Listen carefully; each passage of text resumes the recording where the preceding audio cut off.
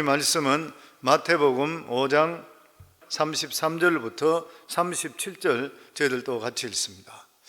또 옛사람에게 말한 바 헛맹세를 하지 말고 내 맹세한 것을 주께 지키라 하였다는 것을 너희가 들었으나 나는 너희에게 이르노니 도무지 맹세하지 말지니 하늘로도 하지 말라 이는 하나님의 보좌임이라. 땅으로도 하지 말라 이는 하나님의 발등상이며 예루살렘으로도 하지 말라 이는 큰 임금의 성이며 내 머리로도 하지 말라 이는 내가 한 트럭도 희고 금게 할 수 없습니다. 오직 너희 말은 옳다 옳다 아니라 아니라 하라. 이에 지나는 것은 악으로부터 나느니라. 아멘.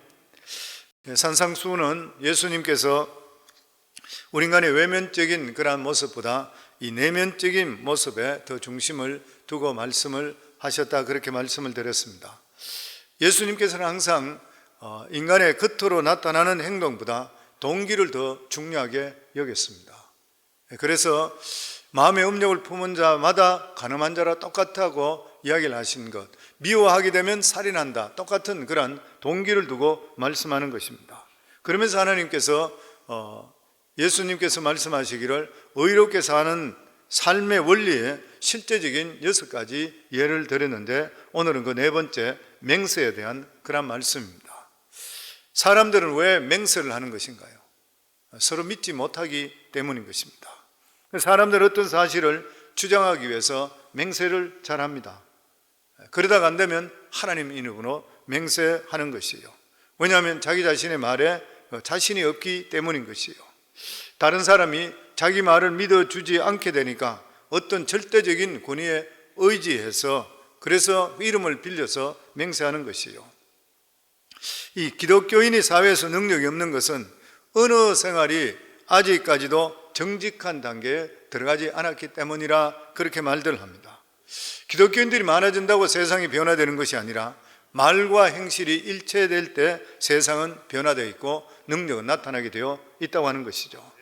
오늘 본문은 예수님께서 맹세에 대한 계명에 대해서 말씀합니다. 이 구약 율법에서는 3번째 10계명의 3번째 계명을 비롯한 여러 곳에서 하나님의 이름을 가지고 거짓 맹세하든지 하나님의 이름으로 욕되게 사용되지 못하도록 규정하고 있습니다. 그런데 이것을 예수님 당시 유대인들은 이 하나님의 이름으로만 맹세했는 것만 지키면 되고 다른 것으로는 맹세한 것은 지키지 않아도 된다는 축소 해석을 했던 것이에요. 그래서 예수님께서 바리새인들에게 무엇이 잘못인지에 대해서 지적하고 있습니다. 우리 33절 다시 한번 읽습니다. 또 옛사람의 말함과 헛맹세를 하지 말고 내 맹세한 것을 주께 지키라 하였다는 것을 너희는 들었으나, 이스라엘 백성들은 일단 하나님 이름으로 맹세를 하면 어떤 일이 있어도 지켜야 된다, 이렇게 믿었습니다. 레위기 19장 12절에 보면 너희는 내 이름으로 거짓 맹세함으로 내 하나님의 이름을 욕되게 하지 말라, 나는 여호와니라. 하나님의 이름으로 맹세하고 지키지 못하면 하나님을 욕되게 하는 것이라. 민수기 30장 2절에 보면 사람이 여호와께 서운하였거나 마음을 제어하기로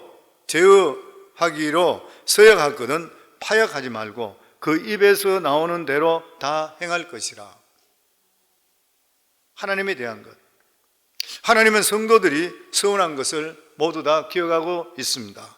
신명기 23장 21절부터 저희들 같이 한번 읽겠습니다. 내 하나님 여호와께 서운하거든 갚기를 더디하지 말라. 내 하나님 여호와께서 반드시 그것을 내게 요구하시리니 더디면 내게 죄라. 내가 서운하지 아니하였으면 무죄니와 많은 내 입에서 낸 것은 그대로 실행하기를 주의하라. 무릇 자원한 예물은 내 하나님 여호와께 내가 서운하여 입으로 언약한 대로 행할지라. 이스라엘 백성들은 하나님에 대한 서운만은 이것은 철저하게 자기들은 지켜야 된다, 이렇게 믿었습니다.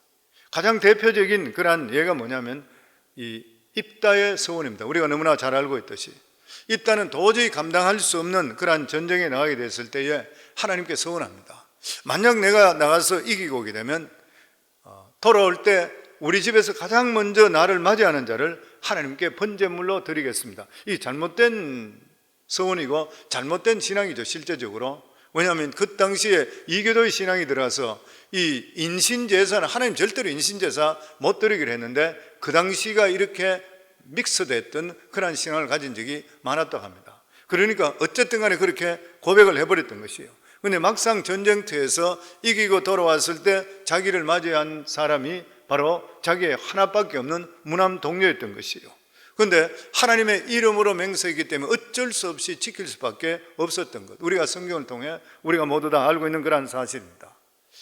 사울 왕이 블레셋과 전쟁할 때에 이 전쟁을 꼭 이겨야 되겠다 이렇게 생각해서 금식을 모두 선포했습니다, 군인들에게. 그런데 그때 그 장소에 없었던 아들 요나단이 그것을 듣지를 못했기 때문에 숲에서 꿀을 보고 나서 지팡이로 찍어서 혀의 댐을 통해 정신이 맑아졌다 그랬습니다. 그런데 이 꿀을 먹었는 것 때문에 요나단을 죽이려고 그랬어요, 자기 아들인데. 왜냐하면 하나님께 자기가 맹세를 했기 때문에. 죽이려고 했을 때에 이 백성들이 반발하는 바람에 죽이지를 못했습니다. 신약에 보면은 이 헤롯이 헤로디아가 춤을 추는 것을 보고 나서 기뻐서 그렇게 맹세했잖아요. 네가 원하기만 한다면 이 나라의 반이라도 너에게 주겠다. 그랬을 때에 자기 엄마한테 물어보고 나서 침례 요한의 머리를 달라고 그랬잖아요. 굉장히 고민하고 고심했던 거죠. 그럼에도 불구하고 하나님께 이름으로 맹세를 해버렸던 것이에요. 그래서 이 침례 요한은 그 위한 선지자를 죽여서 소반에 담아 왔던 것입니다. 이것을 우리가 성경의 이런 내용을 보면서 알 수 있는 게 뭐냐면 이스라엘 백성들은 하나님의 이름으로 맹세한 것을 얼마나 철저하게 지키려고 했는지를 모르는 것이에요. 일단 하나님 이름으로 내뱉은 말은 그것이 옳든 틀리든 무조건 지켜야 된다, 이런 것들이 그들의 생각이었습니다. 사실 성도들 중에도 서운하고 나서 걸림돌이 된 사람들이 있고 또 괴로워하는 그런 사람들이 있습니다.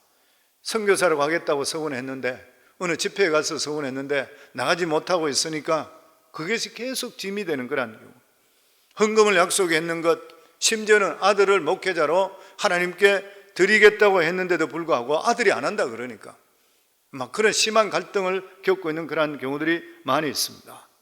사람들이 어떤 경우에 맹세를 하냐면 상대편이 나를 잘 믿어주지 않기 때문에 어려운 난관에 부딪혔을 때 이 어려운 난관이나 이런 것들을 극복하기 위해서 그럴 때는 조건 없이 하나님께 그냥 서원하는 것이요.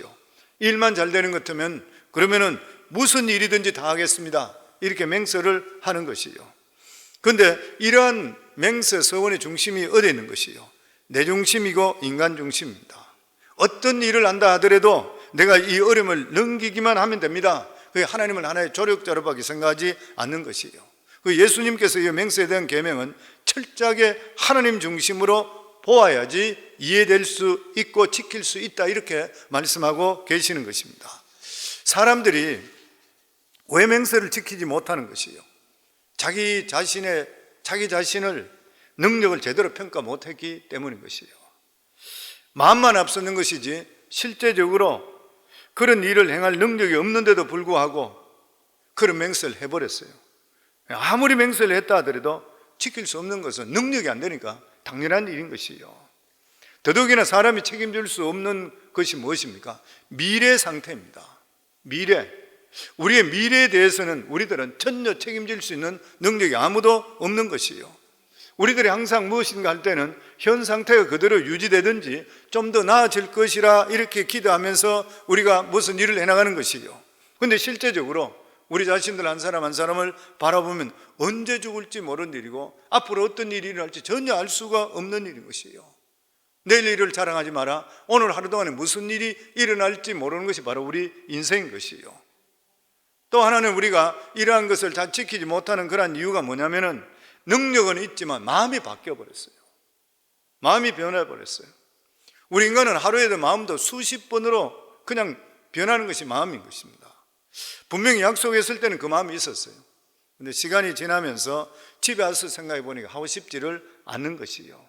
그 시간에 마음이 바뀌어 버렸습니다. 우리 믿는 사람들도 별로 틀리는 거 없어요, 보면. 그 소천하시는 조영기 목사님도 그런 이야기 하셨다 그러죠. 교회 당회를 할 때에 당일 끝나면 아무리 심각한 문제도 그 자리에서 그냥 끝내야 되지, 집에 갔다 오면 이야기하는 게 딴소리를 바뀐다고. 사람들이 바뀐다고, 전부 다가.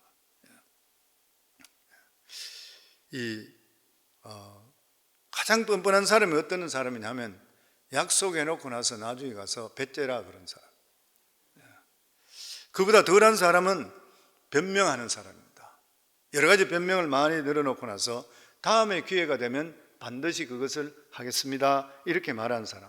그런데 그런 기회는 절대 오지를 않는 것이죠. 예수님은 맹세에 대해서 이렇게 말씀합니다. 34절부터 37절까지 저희들 다시 한번 같이 읽습니다. 나는 너에게 이르노니 도무지 맹세하지 말지니 하늘로도 말라, 이는 하나님의 보좌이며 땅으로도 말라, 이는 하나님의 발등삼이요 예루살렘으로도 말라, 이는 큰 임금의 성이며 내 머리로도 말라, 이는 내가 한 트럭도 희고 금게 할 수 없습니다. 오직 너희 말은 옳다 옳다 아니라 아니라 하라. 이에서 지나는 것은 악으로 쫓아나느니라. 예수님은 도무지 맹세하지 말라 했습니다. 그렇다고 해서 인간이 마땅히 지켜야 될 책임을 회피하라는 그런 뜻은 아닌 것이요. 그런데 이 말을 오해했던 그런 그룹들이 있습니다. 초대교회의 근본주의자들을 쓴 SNF파들, 그리고 종교개혁대의 재침례파들, 그리고 현대의 이 퀘이크 교도들, 그들은 도무지 맹세하지 말라 그렇게 했다 해서 결혼 서약도 하지 않습니다. 법정에 서서 서약도 거부하는 것이요. 그런데 예수님께서 말씀하신 것은 그러한 뜻이 아닌 것입니다. 우리가 결혼식 할 때 부부간에 책임을 다하기로 맹세하는 것, 맹세해야 되는 것이요. 당연히 할 수 있어야 돼요. 법정에서 증인으로 진실하게 선서하겠습니다, 증거하겠습니다, 당연히 맹세해야 되는 것입니다. 이것은 뭐냐면 나에게 맡겨진 그러한 책임을 다 하겠다는 그러한 약속인 것이요. 그런데 만약에 이런 약속까지 하지 못한다면 이 세상에서 사회생활 결코 할 수가 없는 것입니다. 예수님의 말씀은 사람 사이에서 자기에게 주어진 책임을 다하겠다는 약속을 하지 말라는 그러한 뜻은 아닌 것이요. 구약에도 보면 아브라함이 자기 아들 이삭의 아내 리브가를 찾으러 종을 보낼 때 자기하고 맹세하라 그랬던 거예요. 야곱은 요셉에게, 그리고 요셉은 형제들에게 맹세하는 거예요. 다윗도 그의 친구 요나단에게 맹세하라 그래요. 예수님도 맹세했습니다. 마태복음 26장 63절로부터 보면 예수께서 침묵하시거늘 대제사장이 이르되 내가 너로 살아계신 하나님께 맹세하게 하노니 내가 하나님의 아들 그리스도인지 우리에게 말하라. 예수께서 이르시되 네가 말하였느니라. 그러나 내가 너에게 이르노니 이후에 인자가 권능의 우편에 앉아 있는 것과 하늘 구름을 타고 오는 것을 너희가 보리라 하시니, 대제사장이 예수님께 내가 하나님께 맹세하고 하나님의 아들이라고 맹세할 수 있겠냐 할 때 그렇다 이렇게 예수님은 대답했던 것이에요. 그게 무슨 말인 것이에요? 맹세 자체가 나쁜 것이 아니라는 것입니다. 맹세를 오용하기 때문에 그렇고 악용하기 때문이라는 것이에요. 아주 중요하고 결정적인 일에는 맹세가 굉장히 중요한 의미를 가지고 있는 것이에요. 예수님께서 오늘 이렇게 말씀하시는 것은 잘못된 맹세에 대해 말합니다. 인간의 이기심을 만족시키기 위해서 하는 맹세, 그리고 적당히 넘어가기 위해서 거짓 맹세하는 것, 이런 것은 절대 해서는 안 되는 것입니다. 여기서 예수님이 말씀하는 것은 자기 자신을 정확하게 평가하게 된다면 네가 진짜 맹세할 수 있겠느냐. 왜냐하면 모든 맹세는 대부분이 보면 미래에 대한 그런 맹세인 것이에요. 앞으로 내 사업이 어떻게 될 것이라, 이 정도 빚은 내가 충분히 갚을 수 있을 것이라 예상하는데 실제적으로 미래가 네 것이냐, 그 말씀인 것이에요. 우리는 한 치 앞도 장담할 수가 없는 것입니다. 미래라고 하는 자체가 우리 것이 아니라 하나님께 달려 있는 것이에요. 내가 이렇게 하고 싶다고 해서 되는 일은 결코 아니라고 하는 것입니다. 그뿐만 아니라 우리 마음은 마치 카멜레온 같이 조석으로 바뀌는 것이 계속적으로 바뀌어요. 자기 자신도 자기가 컨트롤을 못하는 것이에요. 아침이 틀리고 저녁이 틀리는 것이에요. 그런데 도대체 무엇을 맹세할 수 있다는 것이에요? 화장실에 갈 때 마음이 틀리고 나올 때가 또 틀리는 것이에요. 우리 마음은 한순간 이유도 없이 변할 때가 너무나 많이 있습니다. 그래서 예수님께서는 그런 우리 인간에게 말씀합니다. 도대체 너희들에게 확실한 것이 무엇이 있다고 맹세하느냐? 우리는 우리 자신을 책임질 수 없는 사람이에요. 결국 우리에게 중요한 것이 우리가 변하지 않는 것에 매달아놔야 돼요. 늘 말씀드린 대로 우리들은 우리 못 믿습니다. 그렇기 때문에 우리가 매달아야 될 것이 하나님 말씀 우리를 붙들어 놔야 돼요. 그래서 끊임없이 말씀을 들어야 되고 말씀 안에 들어가서 읽어야 되고 그리고 우리 자신은 하나님께 기도하고 내 자신을 내려놓을 수가 있어야 되는 것이요. 그러면서 예수님께서 이 그리스도인이 해야 될 말이 뭐냐면은 37절 마지막 말씀입니다. 다시 한번 같이 읽습니다. 오직 너희 말은 옳다 옳다 아니라 아니라 하라. 이에서 지나는 것은 악으로 쫓아나느니라. 이 말씀은 내가 이것을 하겠고 저것도 하겠다는 식으로 큰 소리 치는 것이 아니라 하나님의 뜻을 살펴서 하나님의 뜻이고 하나님 말씀이다 하면은 옳다고 생각하면 행하고 그렇지 않으면 하지를 말라. 그 말씀인 것이요. 다시 말해서 진정한 어떤 맹세의 계명의 정신은 우리 하나님의 뜻을 분별해서 하나님의 뜻이면 하고 하나님의 뜻이면 안 하는 것이지 내 생각에 따라서 주장하는 것이 결코 아니라는 것이요.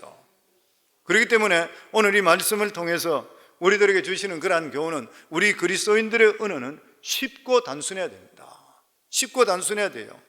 복잡한 변명이든지 화려한 미사의구 같은 거 필요 없이 진실되고 과장되지를 않아야 되는 것이요. 그리고 두 번째로 타협하지 마셔야 되고 거짓이 없어야 돼요. 함부로 약속하지 말아야 돼요. 그러나 약속한 것은 반드시 지킬 수가 있으셔야 되는 것이요. 잠언에 보면은 약속한 것은 해로울지라도 꼭 지키라 그랬어요. 그리고 비굴하지 마셔야 되고 옳은 것은 옳고 틀린 것은 틀렸다 말할 수 있어야 돼요. 그런데 이렇게 말할 때도 겸손하게 말할 수가 있어야 되는 것입니다. 그리고 옳다 아니다에 대한 말에다 책임을 져야 되는 것이요. 예수님 말씀에 책임을 지셨습니다. 그렇기 때문에 우리 삶 속은 항상 단순하고 정직할 때 능력이 있는 것이요. 우리 예수 믿는 사람은 문제가 뭐냐면 믿음이 없어 문제가 아니라 정직하지 못해서 그러고 지키지 못하는 약속들을 함부로 하기 때문에 그렇다 그랬죠. 우리 예수 믿는 사람은 하나님께도 당연히 우리가 말씀을 드렸다 그러면 그것을 지켜야 되고 더더욱이나 인간관계에서 일어나는 모든 일들 속에서도 우리가 한 번 입으로 뱉는 말은 그 사람이라고 할 정도로 정확하게 우리가 지킬 수 있도록 최대한대로 다 할 수가 있어야 되는 것이고 함부도록 맹세를 절대 하지 말아야 된다고 우리에게 말씀해 주시고 있습니다. 그리고 하나님 뜻이라면 그 일을 무조건 따르고 내 욕심이 들어가지 않도록 우리 자신들을 끊임없이 살펴볼 수 있어야 되는 것이에요. 이 맹세에 대한 말씀만 우리가 잘 지키더라도 세상 사람들로 존경받고 인정받게 되어 있습니다. 더더욱이나 하나님께 우리가 했던 이러한 말씀들, 이러한 것들은 우리가 반드시 지킬 때에 하나님께서 하나를 지키게 되면 두 번째 문을 또 열어주십니다. 그걸 또 지키게 되면 10가지 문을 계속 열어주세요. 우리가 믿음 생활에 보시면 아시겠지만은 기도 응답받고 나서 그리고 믿음 뜻 가운데 그걸 살게 되면 다른 길이 또 열리는 걸 체험하게 됩니다. 계속적으로. 그런데 그런 하나를 하지 못하게 될 때는 그다음부터 문이 닫히기 시작해요. 저는 성령의 음성도 똑같다 생각합니다. 하나님의 음성을 들을 때 내가 빨리 민감해지면 하나님께서 계속적으로 말씀을 주셔요. 계속적으로 우리에게 들을 수 있도록 만들어 주세요. 그런데 하나님 말씀이 들리는데도 불구하고 내 생각하고 틀리고 귀찮든지 그렇지 않으면 부담이 된든지 뭐 이런 식이 됨을 통해 내 마음을 닫는 순간부터 성령의 음성이 들리지 않기 시작합니다. 똑같은 이야기입니다. 내가 하나님께 마음을 열고 가까이 다가가면 가면 갈수록 하나님 문은 훨씬 더 열리게 되어 있는 것이에요. 이게 믿음에 하나님이 주시는 놀라운 은혜와 축복인 것이에요. 저는 우리 성광교 성도님들도 모두 다가 하나님께 이런 식으로 날이 가면 갈수록 내 마음을 내려놓고 하나님 말씀을 받아들여 내 마음을 더욱더 여시고 순종할 수 있기를 바랍니다. 그리고 하나님께서 원한 것은 우리가 지킬 수 있을 뿐만 아니라 언어 자체가 단순하면서도 정직한 삶을 살아갈 때 우리 삶에 능력이 임할 줄을 믿습니다. 저는 우리 모두가 이렇게 될 수 있기를 주 이름으로 축원합니다.